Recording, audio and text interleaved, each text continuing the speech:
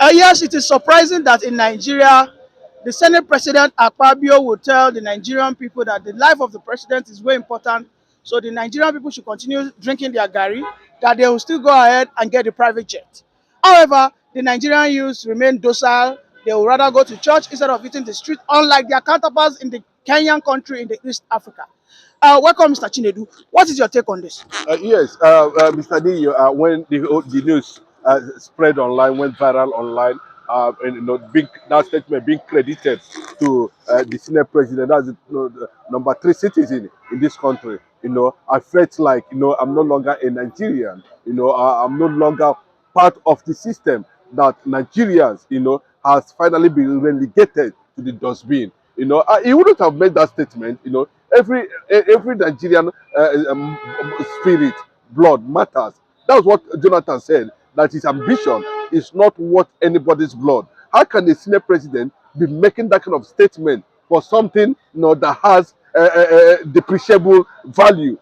Just ordinary plane for the president. You are comparing plane with the life of 250 million Nigerians. Not only that, saying that they can go to hell and die.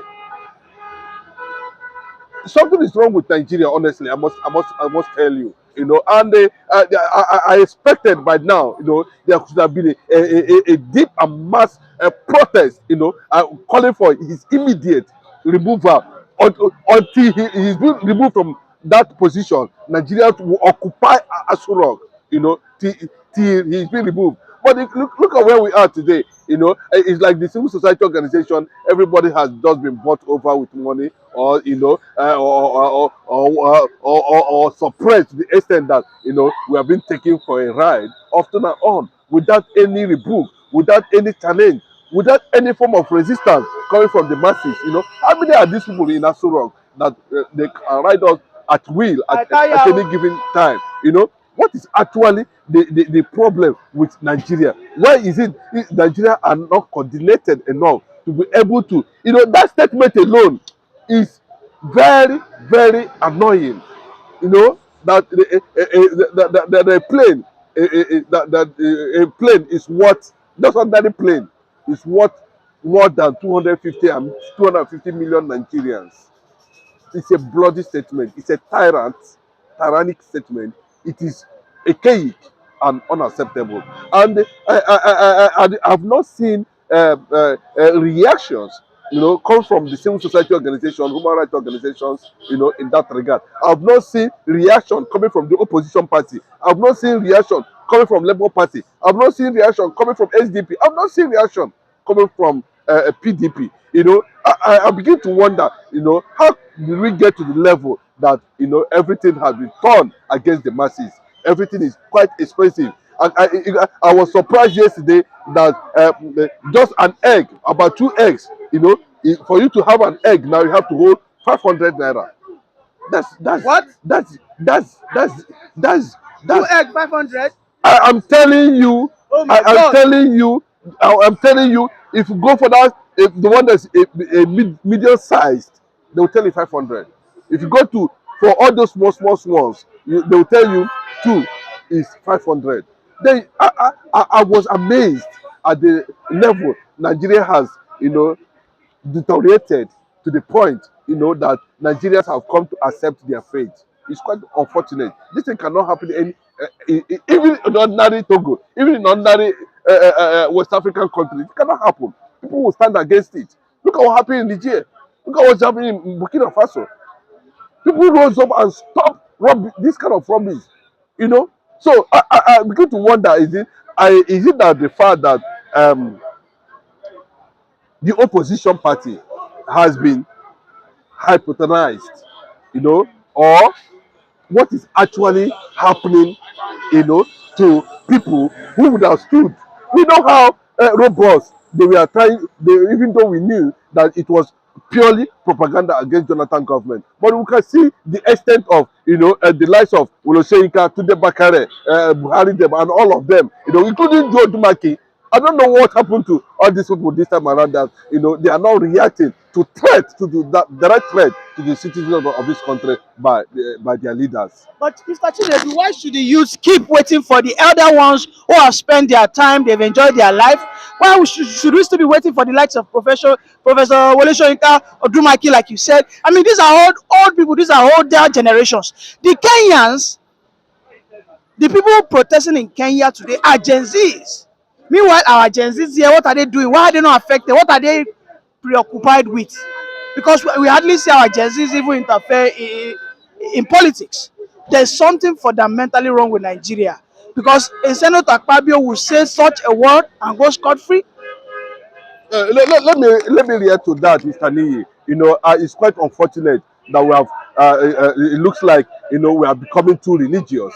We are becoming we are becoming too Christian, or we are becoming too redundant to the extent that everything they throw onto us, we accept it with both hands. But I think the problem, I look at it from the class of society who are supposed to stand up, being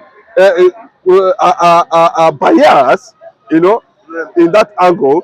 They said, it's Yoruba. No, this one say it's Igbo. This you can see, that is what is causing that unity, of purpose, and regarding to that kind of statement coming from the senior president. So if there was no this kind of division based on ethnicity, or based on my person is there, I don't need to show my, is it not my brother that is there? I think that's a major problem. Two, Nigerians youth especially, have seen, I think that to an extent, they have given up, and they are bringing religious faith, to their own threat by the government. They are using prayers.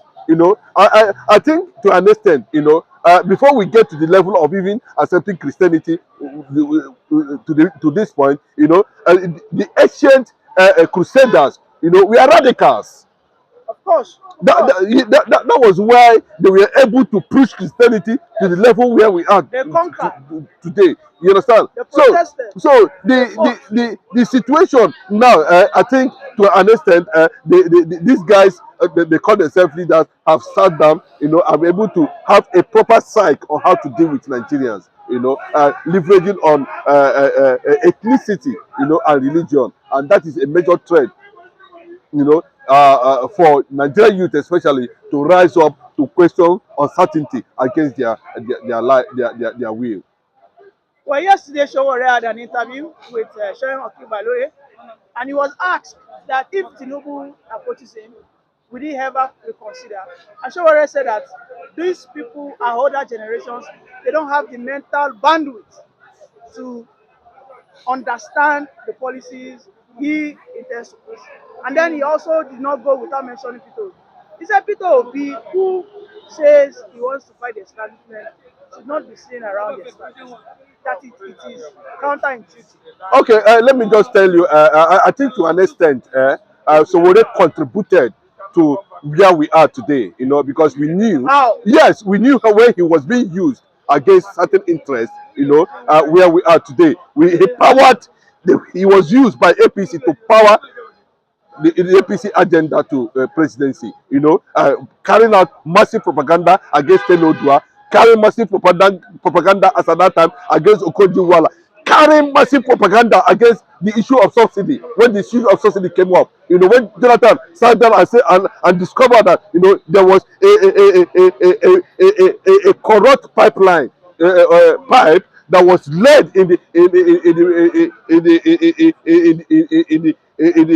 crude oil sector. They were using it to siphon money. When those things were discovered, so what was everywhere calling Jonathan names, pushing the agenda of APC to where we find ourselves today. Are you saying everything Showore said was right? Go and check the record from one point to another. You will discover that at the end of the day, there was nothing, any atom of truth. Mention one. But it was Showore that revealed to Jonathan that Yaradua was there. Well, it's not a matter of revealing. People knows He was the first person to make it known. No, you cannot. Do you know if I tell you some certain things about Sowore, you know how he powered himself into a sponge and who empowered him into a sponge, and the people he is paying for information. Let us move away from that. But I'm telling you that Sowore has no moral right. You see what is happening now? If you say you are revolution now, why do you back down? He has not backed He down. has backed down because you see there is no national support. People are seeing him based on his antecedents in the past.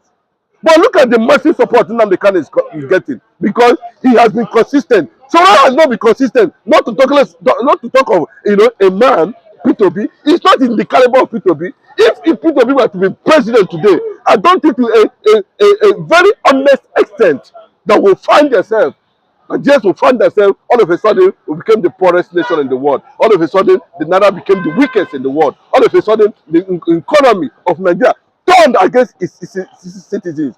And what does Sowore got to offer? I'm telling you, the only person in that bracket, though somehow he moved to APC, currently now, was Duro Toye. Fela Duro Toye. Are you saying Fela Duro Toye is more? Oh, more competent this guy, Sowore is something else.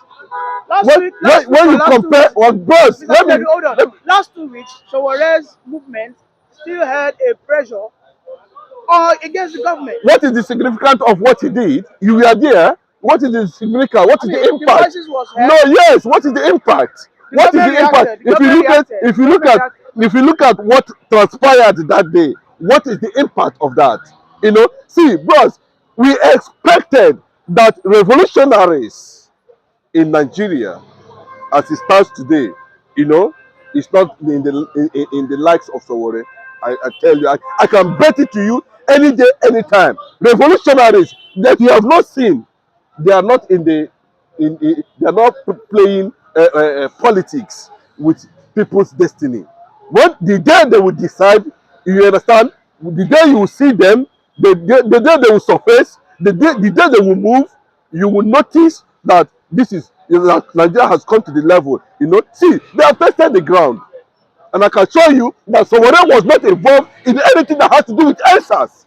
So Sowore actually started. Oga, let me tell you, don't defend what you don't know. It's not. Don't give credit to whom credit is not due for on this issue of answers. Answers was a trial of the consciousness of Nigerian youth. It was not coordinated, but those who were behind it came from the street. So when I did not come from the street, we know his antecedent when he was in Unilag. We know who moved him when he tried to protest against Abacha. We know all those secrets.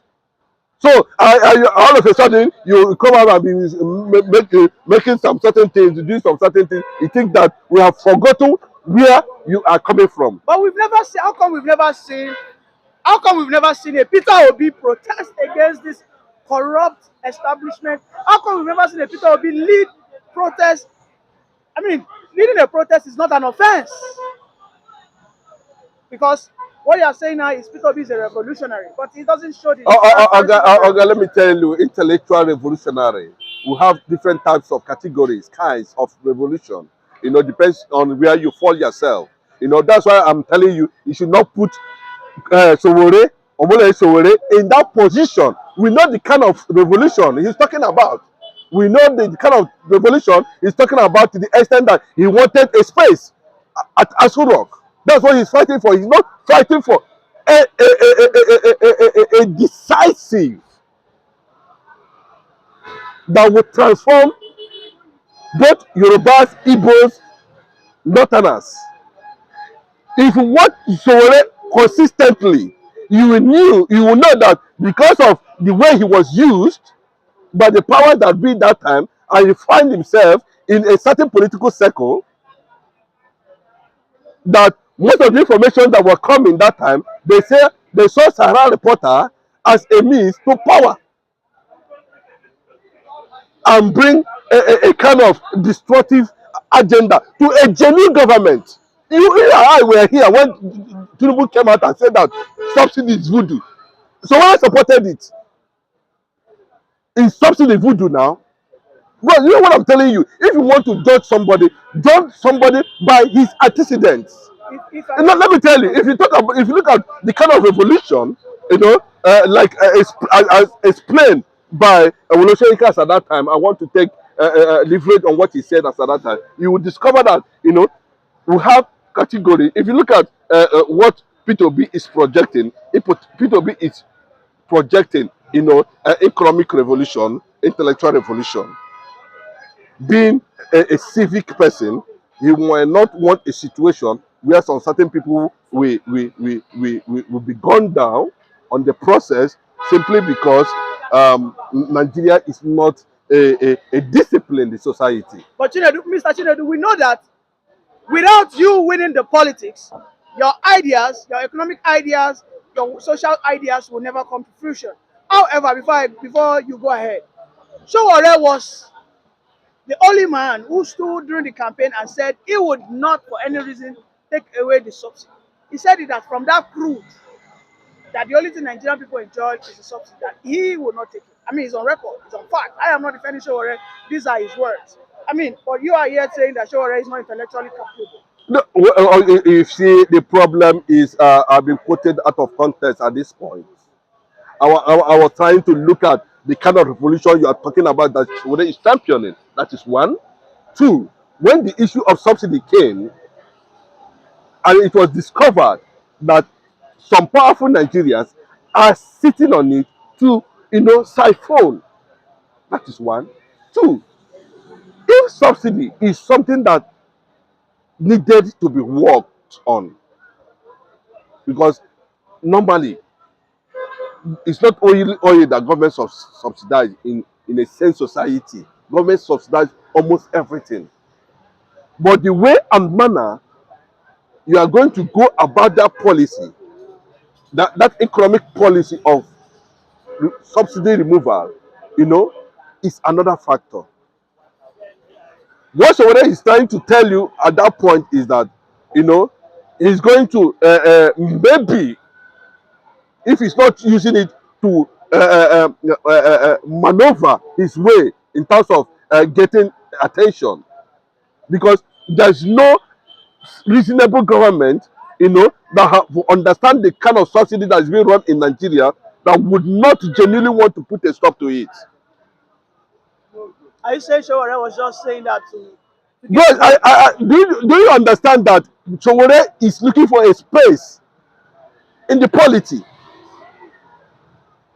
so that he can be able to have a share of what is going on, because he doesn't want to leave that situation, because from the days when he was in Unilag, he has been enjoying he has been enjoying that attention, he has been enjoying that patronage, he has been enjoying that attention, he has been enjoying that sponsorship that you will not take away from anybody. When he came up with revolution now, I sat down and looked at it. Good concept, but how do we go about it? You can see the manner of which the thing died out. We couldn't sustain it. Is revolution now dead? What is the impact? What is the impact? What has it transformed to? When the issue of subsidy came, you saw what Tunde Bakare them did. They saw what happened everywhere. Jonathan was just looking at them. They do not understand.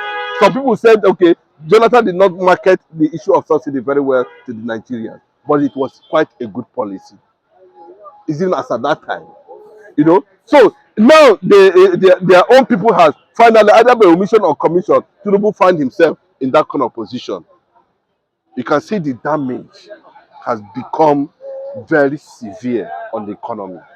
Everything that surround those things now has gone to nothing profitable. So if you look at those Sowore's antecedents, what he's saying, what he's calculating, his continuous attack on Obi, he knows that Obi has what it takes. He's attacking Tinubu as No, bros, attacking Tinubu.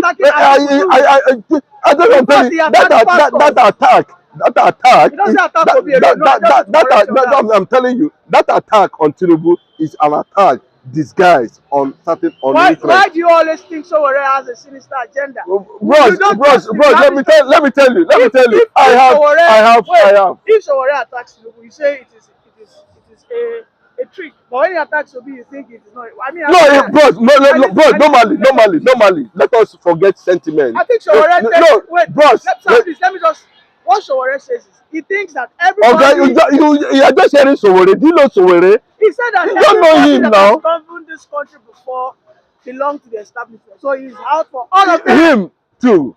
He has not governed. Yeah, but you don't need to govern, but he's part of the people who know. Has he taken any political appointment? What are you telling me? How did he start Sahara Reporter? Who was the brain behind Sahara Reporter? You know what happened? You don't know now. That's what I'm telling you. Who sponsored him to America when he went into exponent? Please, educate us. I don't want. You know, I don't know. That's what I'm telling you. So you want me? I'm telling you that you don't know. He So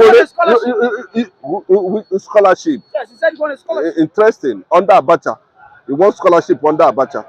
Bros, leave those things. Even if you had won scholarship, you understand? That is not what we are talking about. What we are talking about, put Atiku Abubakar, Tinubu, Obi on the scale, and you have conscience. Listen, bros, listen. See, bros, let me tell you.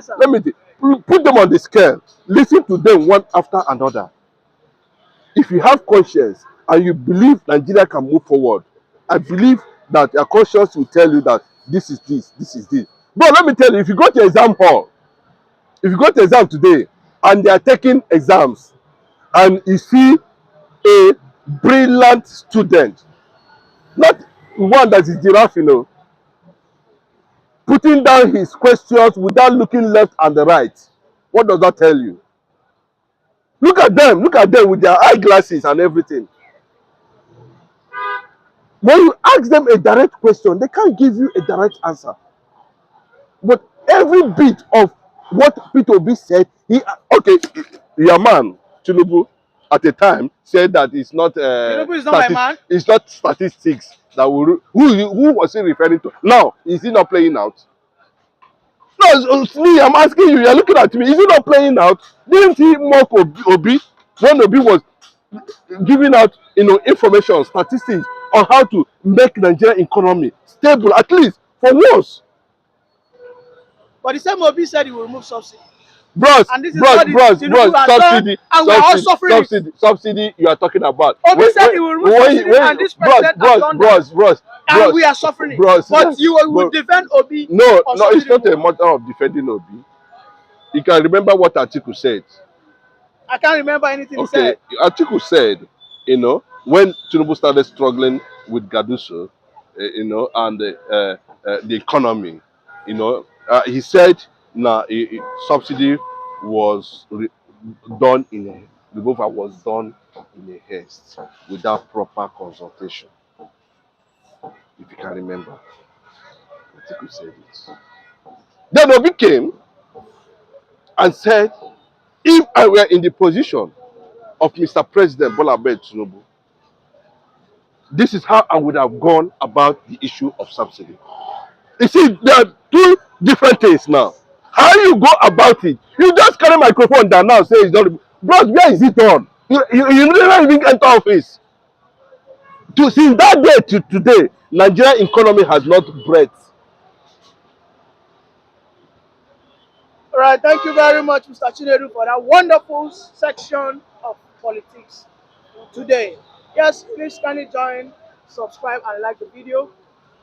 Bye for now.